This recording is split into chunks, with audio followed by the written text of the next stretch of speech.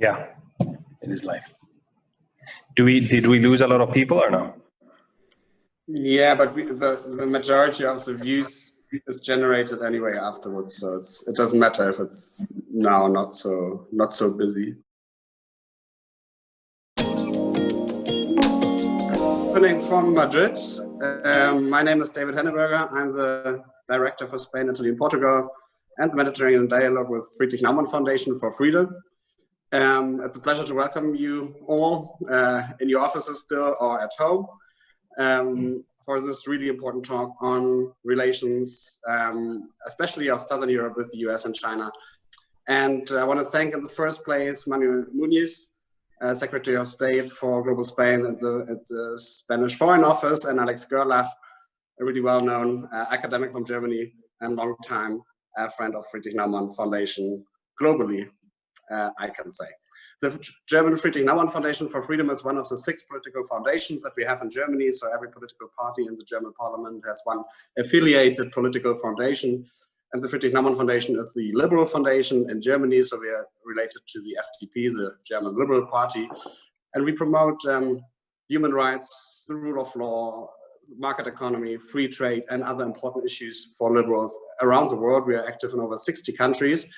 And we are really happy that last year in December we were able to open our office here in Madrid. Again, I must say, because we already had two offices here in Spain to help with the transition after the Franco dictatorship a few decades ago, one in Barcelona and one in Madrid. So we're really happy to be back and now enforce dialogue with Italy, Spain, and Portugal, and Brussels and Germany, because especially Spain and Germany share a lot when it comes to the global perspectives that we share, like multilateralism. I think it's hard to find any other 2 countries in the world that are so aligned when it comes to the perspective or the view on the world that multilateralism really is important, pluralism really is important, and I think Spain and Germany can do even more together in the future, and this is one of the reasons why we are here, and we are so happy. Also, thank you, Manuel, for the friendship that we have received here in Spain.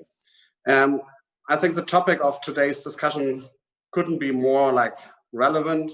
As Friedrich Naumann Foundation, we had to announce this week that we are closing again our Hong Kong office because of the security laws. We cannot assure anymore that our staff there will be safe in the future, like legal processes without without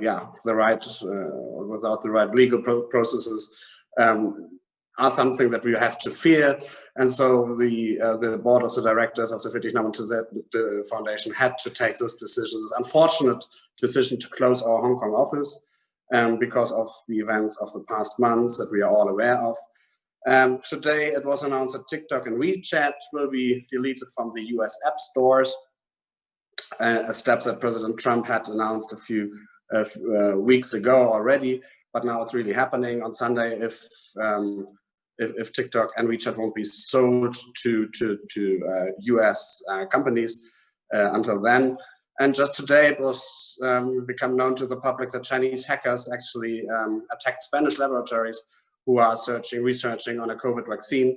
So this entire topic, this entire launch of security and foreign policy developments is really unfolding these days, again at a new pace. So I'm really happy to have both of you tonight here for this highly relevant discussion. Thank you again, Manuel Muñiz and Alexander Görlach. I'm really looking forward to your insights, and I wish us all a wonderful evening, an interesting evening. Thank you so much. Thanks, David. Thanks a lot. And Manuel, it's a pleasure to see you again. It's been a while. He and I, we met half a decade ago at Harvard, and regarding the topic we discuss now, I mean, we have been there when the Trump election happened. We have been discussing like unfolding global events, and we are now fast forward in a new reality compared to what happened where we were 5 years ago. So I'm very happy to kick this off, this conversation that we're going to have with like your thoughts, like in your keynote, or however you want to call this collection of thoughts you want to deliver. I'm excited to hear what you make of what happened in the meantime. Wonderful. Well, thank you so much. I have to apologize for a couple of things before I begin, which is always a bit of an anticlimactic start, but sorry for the slight delay. And also apologies because it says in my Zoom account that I'm Arantxa González, who's the foreign minister, and I would never claim to usurp the title. But I think that she was connected to another conference right before me in this very room. Now, I'm very happy to be with you and to work with the Friedrich Naumann Foundation and with you, Alex. It's always a pleasure to meet and discuss these things. This might be the most significant topic on the international agenda. In my mind, is the most structural. Maybe it's not the most urgent, although it's becoming one of the most urgent, but it's definitely the most structural and the one that will shape international affairs in the 21st century in the most significant way. And this is the US-China relationship, and just the rise of China more generally, or what some of my Asian colleagues say, the return of China, right? Because for centuries, in fact, for the majority of the last 20-25 centuries, China was one of the predominant powers in the world. So in fact, the last 5 centuries have been a real oddity when you look at the weight of China in terms of global GDP, global expenditure, military power, and others. So to some extent, what we're seeing is the correction of a very abnormal period in world history, where China lost that role for a number of reasons. So I think this is central. Now, in order to draw maybe very quickly, because I would rather have a conversation and a discussion with you, Alex, about this, but one of the fundamental theses, or perhaps the one that is becoming the more central of them all, is this idea about the Thucydides trap, right? That, when you have this shift in global power, the emerging power and the declining power, even if it's in relative terms, which is what we're seeing, by the way, in the US-China relationship, the US is still growing, it's still doing well, but China is converging and in many fronts surpassing the US. When this happens, this trap supposedly produces a collision between these two powers. And it's extracted from the Peloponnesian Wars and the fight between Athens and Sparta, and what led to that change in the balance of power at the time in ancient Greece. Now, I used not to buy this thesis to a large extent, because the counter argument is, of course, the interdependence that we see today and that is extraordinary and unprecedented. And this is not just in terms of trade of goods and services, but in fact in value chains that are very much intertwined in financial markets. If you look at the interdependence in terms of the currency markets and the debt, the national debt and fixed income markets between China and the US, is just really an extraordinary level of interdependence. Now, but there are a number of things that I want to point out that seem to draw a much more severe collision between these two powers. And then I want to move into what this means for the EU in particular and how we're looking at things from here. Now, in terms of what makes this trap perhaps more tempting, I would want to address two things: on the economic side and then on the politics of the rise of China. On the economics of the rise of China, I want to mention three things that are very counterintuitive and that we thought would not be as prevalent as they are now. And the first is the resilience of knowledge clusters. And I know this sounds a bit obscure and specific, but it's in fact extremely relevant. And basically what we've seen over the last 15, 20 years is that in the knowledge economy, there is a huge push towards concentration of knowledge in very particular clusters geographically. And again, this seems to run contrary to the flat world, sort of the Friedman thesis that digital technologies would spread knowledge around the world, around our geographies. People would connect to productive processes, and we would see almost a flourishing of the periphery and a decline in the concentration in urban areas because of the effects of digital. Now, fascinatingly and worryingly, the last 15 to 20 years have seen exactly the opposite: a huge concentration of talent in very particular nodes and clusters. So just to give you an example, in the US, the latest data I've seen from Brookings, 90% of all innovation jobs in the US of the last 15 years were concentrated in 5 cities in the US. So these were Seattle, San Diego, San Jose, San Francisco, and Boston. So the rest of the country, and this is not just in the US, this is happening across the advanced economies. Now, this process has huge implications for our politics and our political economy because it's leading to the depopulation and the lack of economic opportunity in rural areas and in places different to these very particular clusters. Now, why this is happening is a very complicated debate. I don't think we have a clear answer, in fact, but it has something to do with how innovation has become extremely interdisciplinary and basically requires this proximity of people with different knowledges for it to occur. Now, why is this relevant for the US-China relationship and for Europe? It is relevant because it makes the knowledge market a much more zero-sum place. So we're all competing to build these clusters.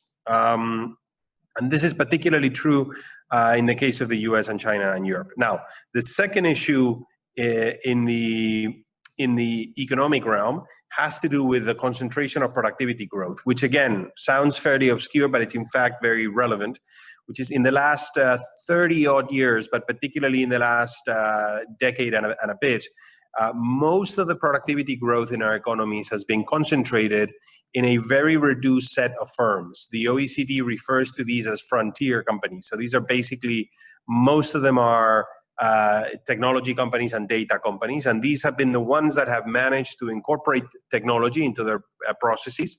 And they are capable of aggregating data, analyzing data, and exploiting the benefits of that. And these companies have captured almost the totality of productivity growth over the last 15, 20 years in advanced economies. And the rest have seen almost no productivity growth. So what this means is this is yet another manifestation of these oligopolistic forces in digital markets and in the technology space, but particularly in digital and data markets. Why is this relevant? This is very relevant for our economic structure, because it means we need to update and improve our antitrust laws so that they address this. Most of these companies, by the way, oddly enough, they have a business model where there's no clear price being charged on customers because they're being charged in something else, which is basically in the use of their data. So they fall outside the realm of our traditional antitrust laws, but we're seeing this move towards these oligopolistic or monopolistic markets. This is relevant for the US-China relationship and for Europe because most of those firms, those frontier companies, are either in China or in the US. Some of them are in Europe. Not enough, in my mind, are in Europe, in my opinion, because out of the top 20 in the world, all of them are Chinese or American. So again, this makes the global economy much more zero-sum, and it makes the fight for dominance in particular markets much more frontal and extreme. Now, the third dimension has to do not just with large-scale corporations or with talent, but it has to do with transfer and innovation. And if we look at a map of the world of where the startups are in the world, the unicorns, the ones that are doing particularly well, they're mostly in China and in the US. So there's something to the Chinese and American innovation ecosystems that is constructing a G2 world in terms of entrepreneurship in the technology space. And that should be a huge worry for Europe, and I think it is. And we need to make investments in our applied research ecosystem, and we need to develop much better venture capital structures in Europe, and we need to complete the digital single market in Europe so that these firms have scalability. But beyond those things, and Alex, I'm very happy to talk about these things because they're very much on the agenda for the EU. We have a vice president, Vestager, that has basically this as, the main part of our portfolio has to do with fostering a European innovation ecosystem. But this has impact on the China-US relationship because, again, it means that we're living in this world where we're competing for entrepreneurship and for innovation in a way that we thought we wouldn't. So the world is basically less flat and much more dominated by geography. Now, this is the economics, but let me mention the politics first, last, and I think this is relevant. And again, I want to weave into my argument the technology piece because technology can now be used to both repress dissent, and we've seen this in various places, and to do so in a much more sophisticated way than has ever been done. And I think this should be a concern for liberal democracies around the world. And technology can also be used to underpin centralized authoritarian regimes in a way that was not done in the past. So, if you can argue and you can build a system where you don't need to listen to people's preferences as they express them, but you can try to infer preferences from their surveilled behavior, that's a very different world. And there's a normative collision between a system that doesn't protect privacy, and through the lack of protection of privacy, you begin to undermine, through our knowledge of neuroscience and behavioral science, the agency of folks, and a system that puts the priority on people's privacy and freedom and the free expression of our desires and our goals. And I think that's deep, and some colleagues in the US are pointing this out about the particular case of China, and this is something that we need to think about in Europe. How does this input into our approach towards China? So let me end on this issue of Europe and China. And in Europe, we think that the relationship with China should have, in my mind, I think this is where the debate is going to land in Europe, and this is where I think this is moving, in three dimensions. One, it has to be strategic, so we need to be long-term thinkers about how we engage with China, because that's the way China engages the world, and in fact, I think it's very wise.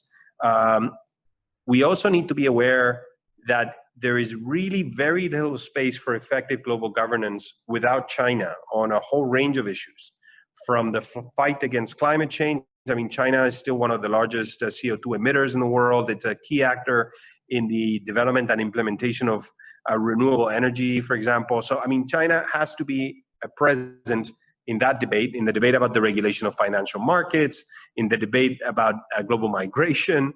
China is a huge economic actor. So if we're worried about economic development around the world, for example, for Europe, imagine, economic development in our southern Mediterranean rim and in Africa. China is a huge constructive and, for the most part, very positive actor on those fronts. So that's one. We need to have a clear agenda of engagement with China on all of those things. On the systemic dimension, though, on this notion of, I don't think we can stand on a middle ground, between the U.S. and China, which is, the way that this has sometimes been framed. I mean, we are liberal democracies. We value freedom, and we value civil and political rights, and we value freedom of expression, and we value freedom of the press and association, and these are important things, and we share these with the United States. So there is a civilizational underpinning to our relationship with the United States.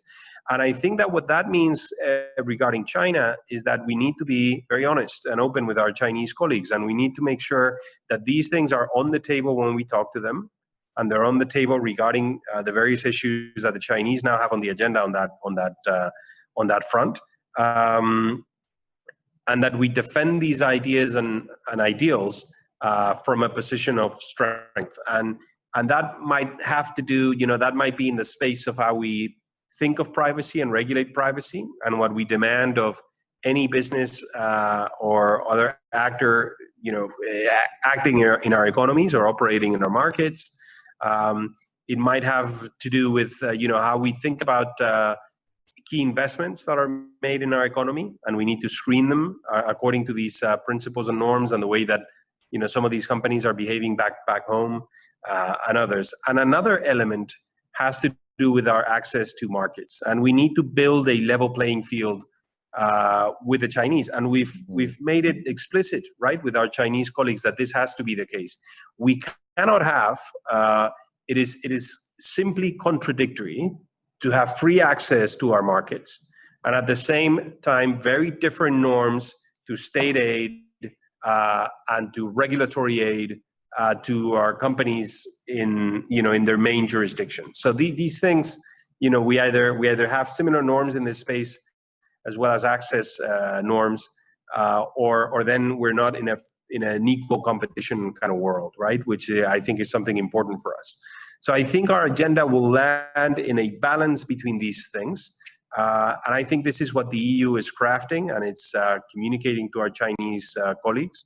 And I think this is a sort of selective engagement agenda where we engage on the fundamental things that we share, but we're very honest and open about the things where we disagree. So I think that's where we stand. I'll leave it at that, and I'm very happy to talk to you, Alex, about that or any of the issues that I raised in the diagnosis. Thank you.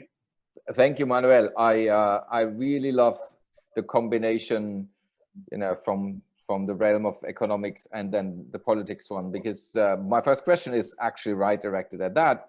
So you could argue, the whole conflict with China, which is labeled also as a systemic rivalry or even a civilizatorial sort of clash, is in fact only economically. So, and the whole decoupling is not because of political differences, but because of literally each of the two, the United States and China, want to be the hegemon in their realm. But on the other hand, you were highlighting the intertwinement of political ideals, human rights and such, with our economic system. And this is why I wonder, technology always can be used for good or bad. This is whenever we go into history, we find technology has no inherent, in my opinion, ethical essence. It's just about how you apply it. And I, as you know, studied in Hong Kong and was also, I guess, visiting scholar to Taiwan. So the systemic rivalry in Hong Kong and Taiwan, with regardless the status of these countries or places, or whatever you want to call it, it's just you see in a liberal democracy, which is Taiwan, life and politics are differently conducted with the same technologies as they are in the People's Republic. So literally you have the same technological opportunities, but you use them to different ends. So I wonder if we have the United States, we have Europe, but then we also have the democracies in Taiwan. Hong Kong is unfortunately gone, but we still have Japan and South Korea. So is that not enough to then set the tone of the global agenda, as in say, these are the principles we have? And if we go look in our trade agreements, also by the European Union, there's environmental issues, workers' rights. So literally what I want to say by this is that the values that we may put in the realm of civic rights but has now extended also in the realm of social rights when it comes to how we do trade and how we want our economy to run, on which principles. So can we solve it by just saying, oh, it's an economic dispute, so we find solutions? Or is it rather more like a systemic rivalry that cannot just be like in equidistance or in an equidistant like sort of equilibrium? Well, I mean, it's both, right? And this is not a lazy answer. I mean, the truth is that it's both, because China, it's not all shadow, right? I mean, they have an extraordinarily ambitious agenda to fight climate change, for example. So we're quite aligned. We're quite aligned, and China can be a fundamental partner in forwarding the climate change, the fight against the climate change agenda, for example, right? So on that front, they're making huge efforts. Of course, their argument on a lot of fronts is that we were big pollutants and contaminants when we were developing our secondary sector, so they should have the opportunity to transition into a service economy and others without having to undo or unravel their secondary sector too quickly, which we didn't have to do back in the day when this was one of our pillars of development. But on the whole, if you talk to them, they're very committed to the climate change agenda globally, and they're trying to move in that direction quite constructively. As I said, on the economic development agenda, I mean, you look at the countries in the world that are today investing truly and betting on infrastructure development in China, in Africa, for example, and China is top of the list. And this is very important for us, right? This is very important for Europe, particularly if you add to the equation the demographic dimension in Africa, and how important and structurally important it's going to be for Europe to make sure that there's sustainable development in Africa over the coming decades, and a huge number of jobs coming down the pipeline for the folks joining the labor market in many countries, and in Africa and in sub-Saharan Africa in particular. So on those fronts, we have to engage, and I don't think that it's just the normative lens, because governance and diplomacy is about finding the things where you agree and also addressing the issues where you disagree, but you do not allow exclusively the issues that you disagree on to extend to the totality of the agenda, right? But this doesn't mean, and I want to be very explicit about this, and I think Europe has gotten much more explicit and loud about this, and you were right. The European Union has now termed China as a systemic rival. It's cataloged China as a systemic rival, and that rivalry in that definition has an economic dimension, but also a normative and political system dimension to it. So that it shouldn't be just brushed under the rug. I mean, that has to be on the table, and we need to engage with the Chinese on those issues head on. So at the end of the day, and I know this might not be one of these clear-cut answers that we sometimes like in the academic world, but this is the real world. We have to navigate these two dimensions and these two spaces. And this is where Europe... Yeah. No, sorry. No. Please, let's make it more of a conversation. I'm happy. No, because I mean, I'm happy to hear that. Is your impression that China, I mean, that's a huge country and the party is big and whatever, so it's already like too much of a simplification, but like, do you still feel there are actors in China who do want to engage? I had like a conversation with a European MP, and he was like, and I was saying like, oh, but Germany had like such a good relationship in the past, whatever that, ups and downs, but so China might be happy to have a friend in Europe, be it Spain or Germany, whatever. And then this parliamentarian said like, well, his impression is like China does not want to engage like in these sort of that constructive dialogue. So from your experience, it seems to be like there is still like hope, so to speak. Yeah. I mean, we just had a visit from the Chinese government here in Spain very recently. It was very constructive on the trade front, for example, and on the engagement front with them on a number of issues.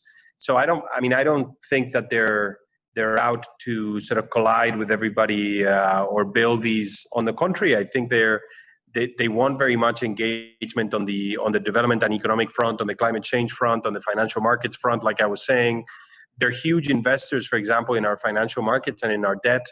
international debt, and constructively so. So I think there's all of that, and I don't think that should be denied. I think that's there, and we should continue to work in that direction. For us, for example, for Spain, we have a very strong cultural engagement in China. So Spanish, for example, is being widely studied in the country through our Cervantes Institute, a little bit like your Goethe Institute or their Confucius Institutes. So all of these things are there. During the pandemic, for example, some of our most resilient and strategic supply lines of material, from protective gear to doctors and others, came from China. So the question is, do we take the evident differences in our political model and automatically expand them to prevent us from engaging on these other things? My answer to that would be no. But the question is, do we assume that those are not there or pretend they're not there? And the answer is also no, right? They have to be there. We have to put them on the agenda. And I think when the differences are too severe, we have to make them very explicit. So it's a dance, I think, that we're going to have to perform with China in the coming decades. And this is a dance that the US, I think, will also have to do, because China is now so large and so central to many of the global governance issues that simply excluding China from all of those issues right off the bat, because we have these normative differences in terms of political model and others, I think will be too costly for everybody on the other fronts. So it's that balance that we're going to have to strike. But I'm very sympathetic to what you say. However, I'm interested in next steps. And I'm also a little skeptical about the overall scope in terms of, because you could do that. You could just be on a very practical governance level, but then and that would include or mean at the same time there is no normative interference. Whereas from China, they say oh, the Xinjiang camps for the Muslims is an interior thing. It's nothing to worry for you. Hong Kong is interior. Even Taiwan, they say it. And then, you, German or Spanish company, have listed Taiwan on your website as a known country. So no, we don't want that. So I feel the separation of the two realms is not there. Maybe also not from our side, but clearly not from the Chinese side as well. So what would be the next steps in regard to Hong Kong, in regard to Taiwan, one of our main trading partners in Europe, also an important trading partner to the United States? I feel there is concrete reaction required, not belligerent in necessarily, but just being out there. So I wonder how the next steps of the dance are going to be. It depends, right? I mean, it will be very granular. So but there's many things that you can do. I mean, you can raise the concerns around Hong Kong and the national security law internationally and bilaterally, which I think most of the Western countries have done.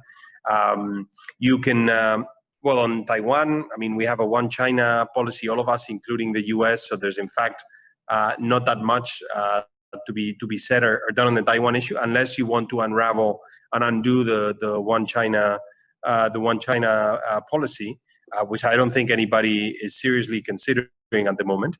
But I mean, you have to see this as there's a spectrum of tools that you have of engagement with them, where many of the normative issues can be raised, and they can have a cost for China here or for China there.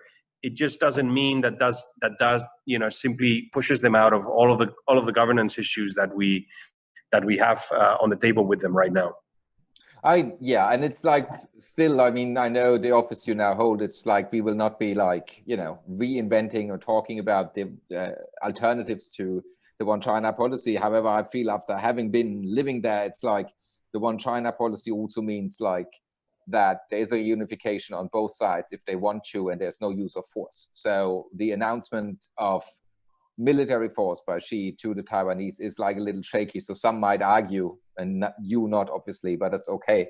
But some might argue that's already putting this consensus in a danger. But I would love to concentrate a little more of the role that Europe now can play, because the French and the English have agreed to block Huawei at a certain moment. The Germans are still reluctant. I actually, at this point, I should know, but I don't know what the Spanish answer to that is. So literally there is we in Europe also have to coordinate to speak with one voice, or would you say we are still like, what are the aims of a European united policy towards China? Well, so on Huawei and on the 5G network, there's an ongoing discussion in Europe about trying to build a common position. We have something which is called the EU Toolbox on 5G, on data networks, which already contains a number of recommendations to be applied across the EU when deciding on providers. On 5G, it's a very complicated debate because we don't have hard evidence that the network has ever malfunctioned from a security point of view when provided by a Chinese provider, whether it's Huawei or others. So it's much more of a trust issue, I think, in the provider and in the future. In my point of view and in our point of view, I think the key issue here is the level playing field issue, right? Is because some of our companies, some of our data companies, financial companies, real estate companies, and technology companies don't have equal access to Chinese markets. And I think that's much more serious even than the security question around 5G. And I think that you have seen and you will see in the future, Europe, again, to say something about what Europe will do, raising its voice about this other side of this debate. Because that's not even about whether we trust that the network will be secure moving forward. It's really about, equality of access to our markets. Because, if we're far more interdependent, and if we had 5G providers in China that are European or others, then I think it would be a very different discussion. But one comment about 5G that I think is interesting and is important. People tend to think that 5G will be significant because it will allow you to download, your Netflix movie faster. Actually, 5G will be a very important infrastructure because a lot of our Industry 4.0 and Internet of Things development will be built on 5G.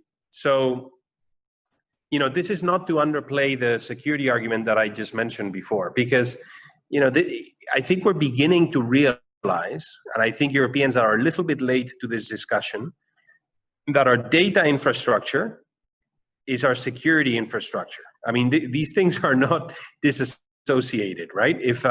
So our standards for investment and for over-reliance on any particular provider, not just Chinese providers, I think will have to be updated. And I'll tell you something that concerns me, irrespective of the Huawei question. If you look at the technology space at the moment, and you see the effects of the COVID crisis and how we moved a lot of our activity online, including, by the way, this conversation, which I think is conducted over Zoom, which is a non-European provider. And you look at, the cloud is not European. The 5G networks, we have some European providers, but they're not leading in the field. The geolocation services are, until we have Galileo up and running, they're still not European. The software manufacturers of these operating systems, of the majority of these, are not European. So one really has to wonder, whether we have strategic autonomy in the digital space, or what some people have called digital sovereignty. So there's this emerging debate, and it's not finished, right? So I'll just give you a couple of ideas, but emerging debate about the securitization of our technology space. How capable are we of responding to these systemic crises if a large chunk of our digital economy is provided from somewhere else, right? If someone ever wishes to turn on the plug, to unplug the system, what effect would that have on our capacity to supply basic services, electricity, maintain our logistics, all of these things. So I think as Europeans, we really need to think about strategic autonomy in the digital space. So this goes back to the discussion before, how do we build European giants in this space? How do we complete our digital single market? So on the Huawei question, it's really, there are all of these circles around it, and everybody seems to be focusing on, are we going to allow the Chinese in or out? Which, by the way, it's not a black or white question, because there are degrees of access of one particular provider to your 5G network. And a lot of European countries are sort of navigating this. Are they in the core part of the system, or are they? But there are all these other things, which is, equal access to our firms, and also just autonomy more generally, having a diversity of providers and having European providers of some of these things. I think that's also, it's sort of like an ignored or less understood part of the discussion. So to home stretch this conversation, just coming back to the very beginning of your presentation, it fits perfectly here. You were mentioning about the clusters, let's say the Silicon Valley or Shenzhen, or maybe in France, the European cluster, I don't know, like that's already the question, where is our cluster?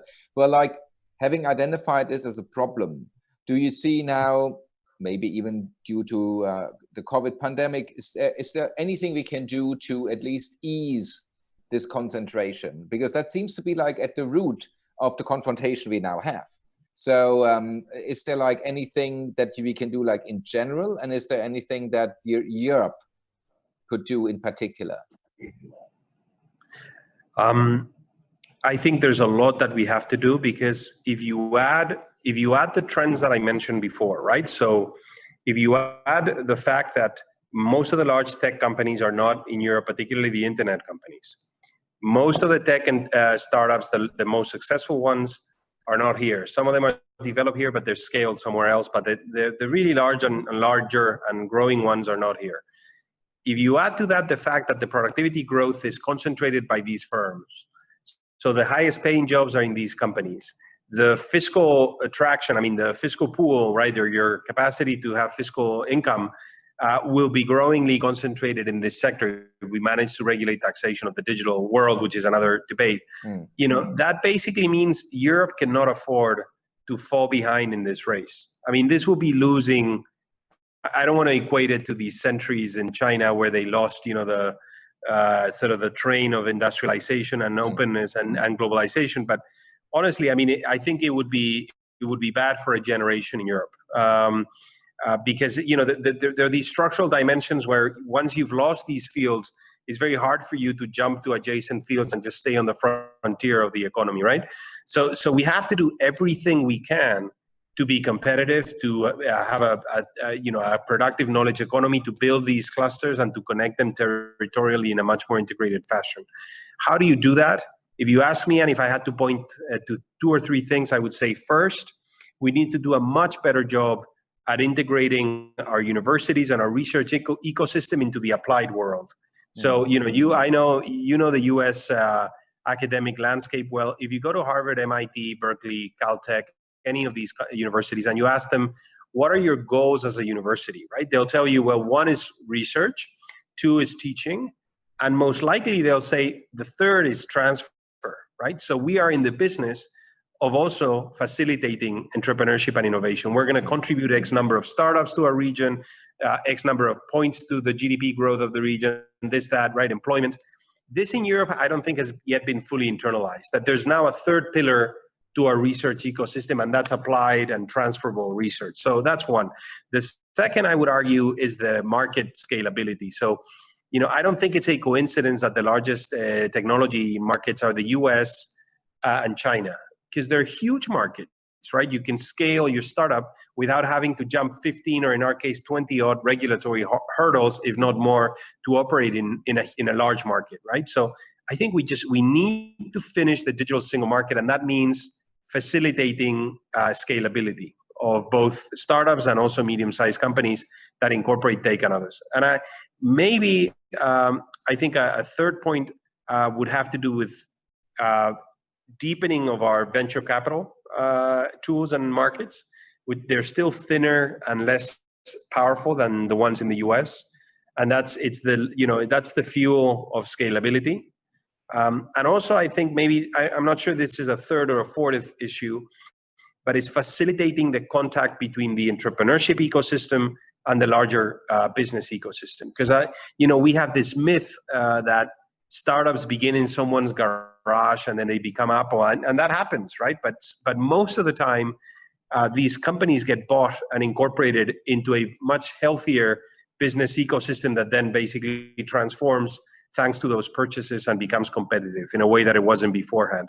And I think that connection in Europe is still less developed. There's less, for example, corporate venture initiatives in our large corporations. And I think the dialogue with the ecosystem there is less significant. So I think if we do all of these things, Europe has the human capital, we have the infrastructure, we have the pre-existing large-scale traditional firms. It's all there. So I think we need to make these connections for Europe to become a powerhouse in that field. And if we do, then we can go out with the normative power that Europe has and try to make our norms and regulations about the tech space much more generalized. As long as we are technology, one last phrase, as long as we are technology takers, I think our normative power and our regulatory power over the tech space will be diminished. And would that mean for us, like in the near future, also to be like inward looking, as in like accumulate resources that we have into the development of this new European ecosystem? I'm asking because from America, we have like lots of fire coming from the administration. They're like, let's say multilateralism is a little challenge from the American side, whereas from China, you find interest and then like also like, of course, investing and buying. Whereas, as you pointed out, you cannot really fully access like the Chinese market to balance that out. So I feel sometimes Europe is, on one hand side, is like in a confrontation, if you will, or like at least like absorbed or distracted because we are used to like work in alliance with the US. And on the other hand, you have like China, who's eager to learn and to buy, which is in normal circumstances totally fine. So how do we find the concentration and even the meditative capacity to develop that? Well, it's a very interesting question, right? Because this is one of the dilemmas where this debate about strategic autonomy, digital sovereignty, industrial policy in the digital era. So all of these things, how are they going to live with free trade and economic interdependence, right? I mean, is Europe going to give up, its belief in that world? And I think the answer is no. The answer is we do our homework and we solve the bottlenecks to innovation within our economy. I think we need to be more strict on competition policy, like I said, because that concentration in very small number of companies actually hinders in innovation, we know, and it hinders the diffusion of productivity, like I mentioned before. And I think we're going to have to be more strict on the level playing field norms. So there's a lot that we can do without having to reverse, globalization or economic interdependence that will make our innovation ecosystem much more dynamic. And these are, I think, for the Frederick Naumann, I think these are very orthodox and liberal approaches. I mean, this doesn't look like a fortress Europe where we suddenly build these walls and tariffs for a tech sector and prevent others coming in. No, actually, we do our homework and allow for transfer and innovation, and we just make sure that there's free competition and a level playing field globally. And I'm pretty sure if we do these three things, we have a very good chance, given our infrastructure and our human capital and our research and education ecosystem, to be very competitive worldwide when it comes to innovation and key sectors, right?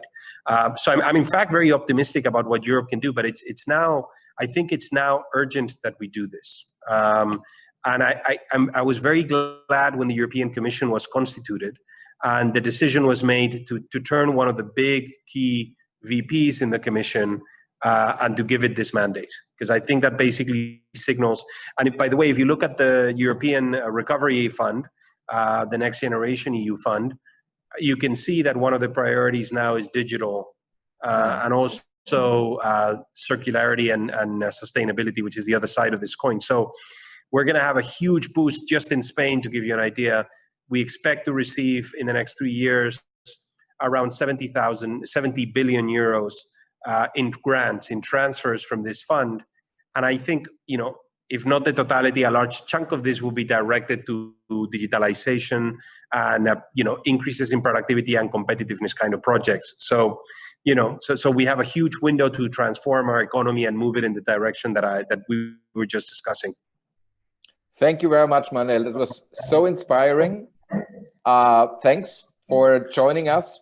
Thanks for joining this format by the Friedrich Naumann Foundation. It's been good to see you again, albeit not in person, but like these new technologies, at least, give us this. That's great. After all, have a great weekend, Manuel, and thank you very much for joining. Thank you, everybody. Thank you, Alex. Bye-bye. Bye-bye.